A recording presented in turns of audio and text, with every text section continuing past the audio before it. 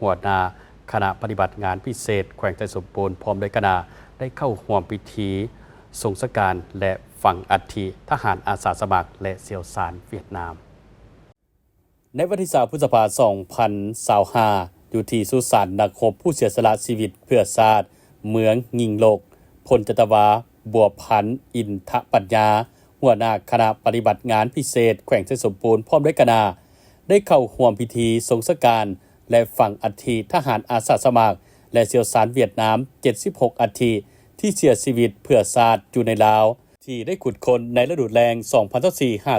2024-2025 อยู่3แขวงคือแขวงเสียงขวงแขวงไทยสมบูรณ์และแขวงเวียงจันทน์สาธารณรัฐประชาธิปไตยประชาชนลาวซึ่งได้จัดขึ้นที่เมืองงิงโลกแขวงเงอันสาธารณรัฐสังคมนิยมเวียดนามโดยมีคณะประจำพรรคแขวงสภาประชาชนแขวง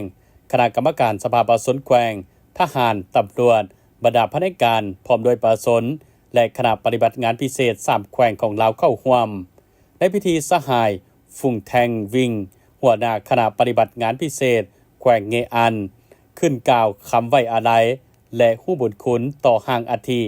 ของบรรดานักรบทหารอาสาสมัครและเสี่ยวซานเวียดนามที่เสียสละชีวิตเพื่อประเทศชาติเพื่อเอกราชและเสรีภาพของประเทศชาติอย่างองอาจกล้าหาญในภารกิจสากลอันสง่าราศีในการต่อสู้ต้านศัตรูอยู่ในลาวมาฮอดในฤดูแล้ง 2024-2025 โดยความร่วมมือของคณะปฏิบัติงานพิเศษแขวงเงอันสมทบกับ3แขวงของลาวได้สอกคนและกู้เอาห่างอัฐิของนักรบวีรชนและนักเสี่ยวซานเวียดนาม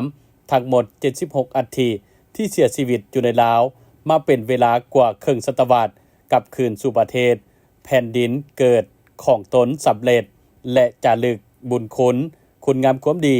ของบรรดาทหารอาสาสมัครและเสี่ยวซานเวียดนามไปสู่กาลนานจากนั้นบรรดาผู้แทนทั้งสองฝ่ายและประชาชนชาวเวียดนามได้ขึ้นวางพวงมาลา